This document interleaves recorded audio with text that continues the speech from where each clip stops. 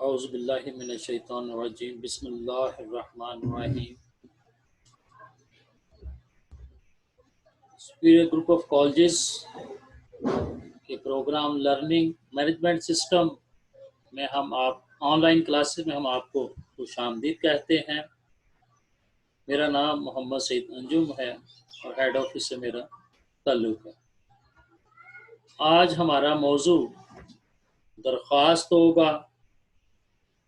یہ پرچہ سال اول کا سوال نمبر 7 ہے، جس کے کل نمبر 10 ہیں۔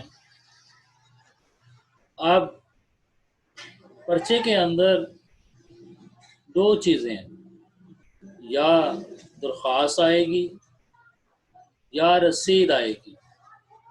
یہ پیپر بنانے والے پر ہے کہ وہ درخواست دیتا ہے یا رسید دیتا ہے۔ آج ہمارا موضوع جو ہے وہ گفتگو کا وہ درخواست ہے، اس پر بات کرتے ہیں۔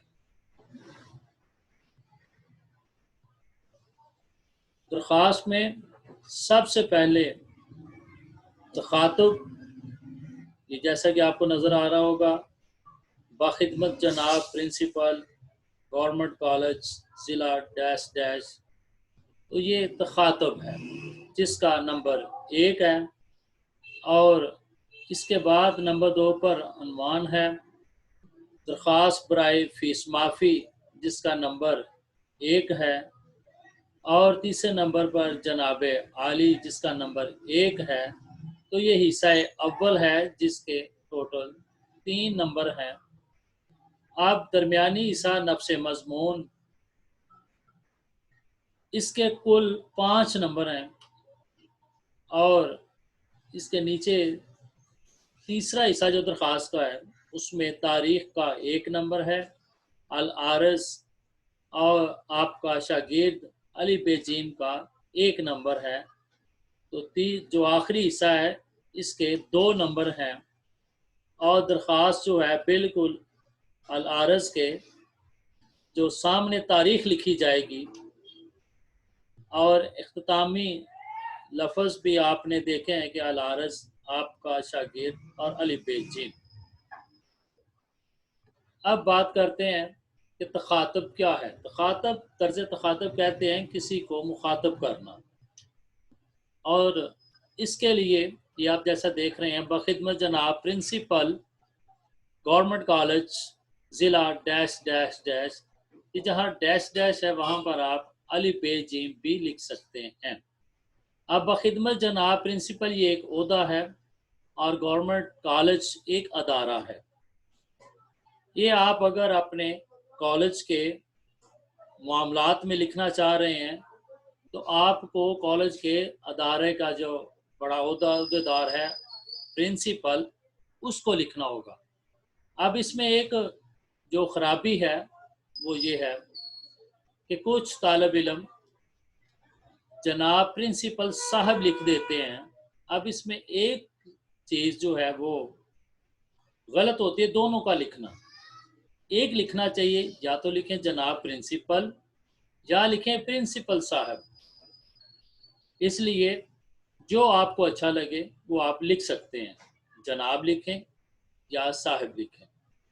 اب اس کے بعد اگلا ایک اور آپ کو مثال دی جا رہی ہے، باخدمت جناب پوسٹ ماسٹر جی پی او ضلع ڈیش ڈیش، یعنی کہ پوسٹ ماسٹر یہ ایک عہدہ ہے، جی پی او ادارہ ہے، جنرل پوسٹ آفس، اور ضلع ڈیش ڈیش جو بھی آپ۔ اس کے بعد باخدمت جناب ایس ایچ او تھانہ گلشن قائد ضلع۔ اب اس میں یہ ہے کہ آپ نے اگر کوئی آپ کو دوسرے معاملات، کو کرمنل معاملات ہیں، کوئی جرائم سے متعلق مسئلہ ہے، یا کوئی آپ کی اپنے ذاتی مسائل ہیں، تو اس کے بارے میں اگر آپ کو پولیس کی مدد درکار ہے تو اس میں آپ تھانے کے ایس ایچ او کے نام، ایس ایچ او ایک عہدہ ہے تو آپ اس کو لکھیں گے، اور اس کے بعد آپ کا جو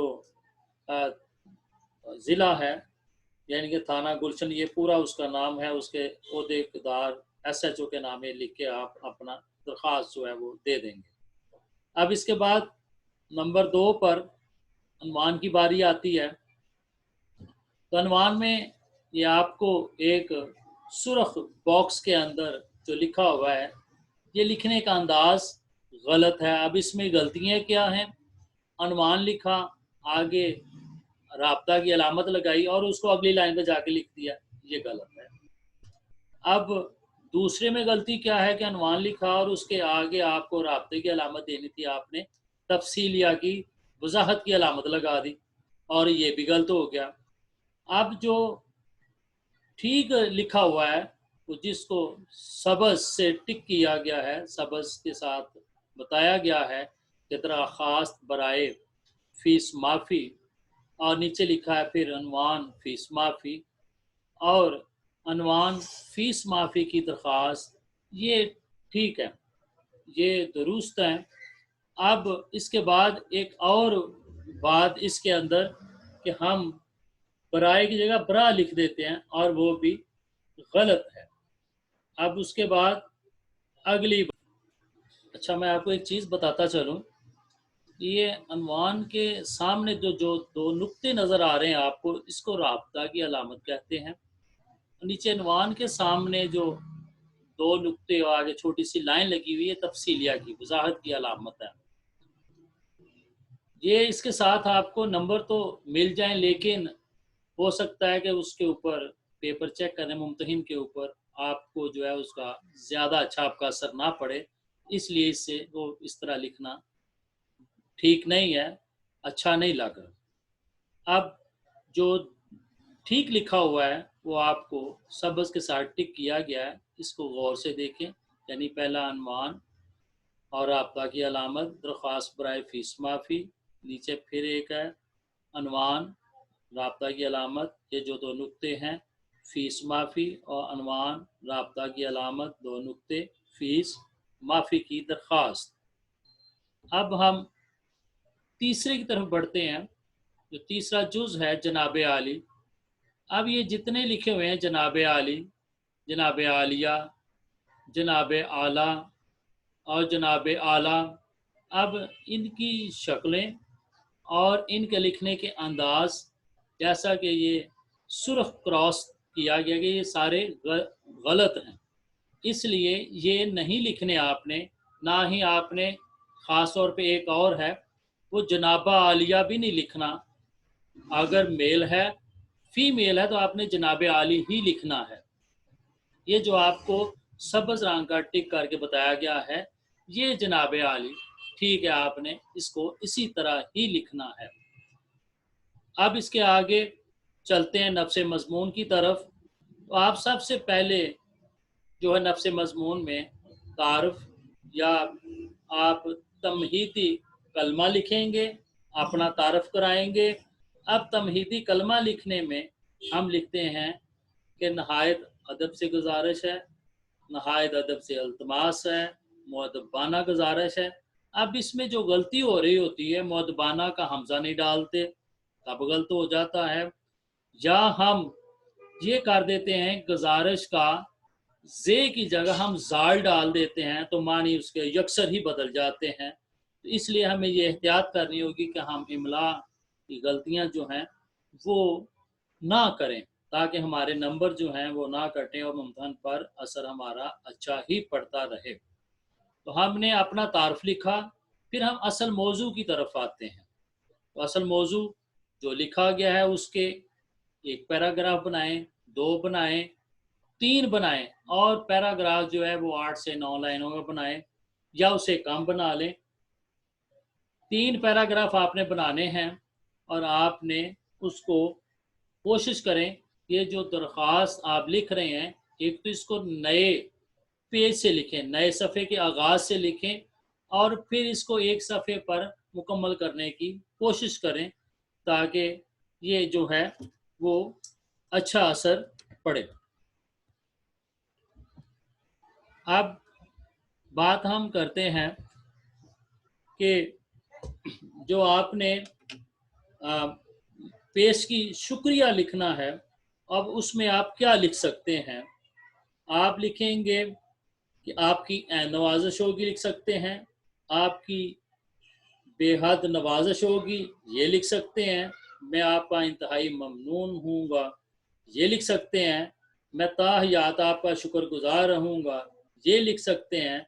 या मेहरबानी फरमाकर ये लिख दें, जो आपका हो, आपको अच्छा लगे कि ये दरख्वास्त देने वाले पर ज़्यादा अच्छा असर डालेगा, तो उसको आप लिख सकते हैं। अब उसके बाद हम जो आते हैं जहाँ पे ज़्यादा गलत लिखा जा सकता है, तारीख़ का जो मसला है उसके ऊपर आते हैं। तारीख़ तो तारीख़ हमने अल आरज़ के बिल्कुल उसी लाइन में लिखना है, लिखना दाएं तरफ है।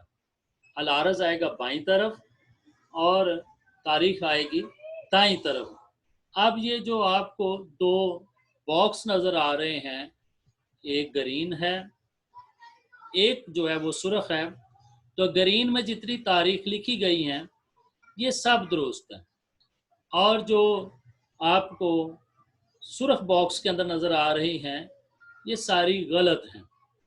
जैसा कि आप देख रहे हैं, पहले में आपने 25 लिखा और आगे उसके 2 लिख दिया, हालांकि आपने इसको लफ्ज़ों में लिखना था और हरूफ में लिखना था, वो नहीं लिखा गया, जिसके मुकाबल आप देख रहे हैं कि सबस बॉक्स में ये तारीख लिखी हुई है, जैसा कि 25 जून 2021 लिखा हुआ है, और उसके मद्दे मुकाबल जो लिखी है वो गलत है।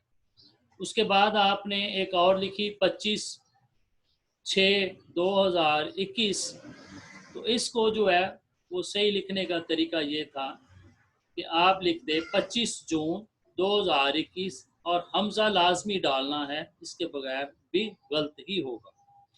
और फिर उसके बाद 25 जून 2021 आपने अंग्रेज़ी और उर्दू को मिलाकर लिख दिया है। 25 को उर्दू का जो डिजिट है उसमें लिख दिया है, फिर जून लिख दिया, फिर 2021 लिख दिया। नहीं, आधा तीतर आधा बटेर काम नहीं करना। या आप उर्दू के लिखें या आप इंग्लिश के सारे लिखें। जैसा कि आपके दाईं तरफ सब्ज़ बॉक्स में 11 अप्रैल 2021 लिखा हुआ है, तो ये इस तरह से आप कोशिश करनी है कि दरख्वास्त आपकी जो है वो तारीख इसी तरह दरख्वास्त में लिखी जाए।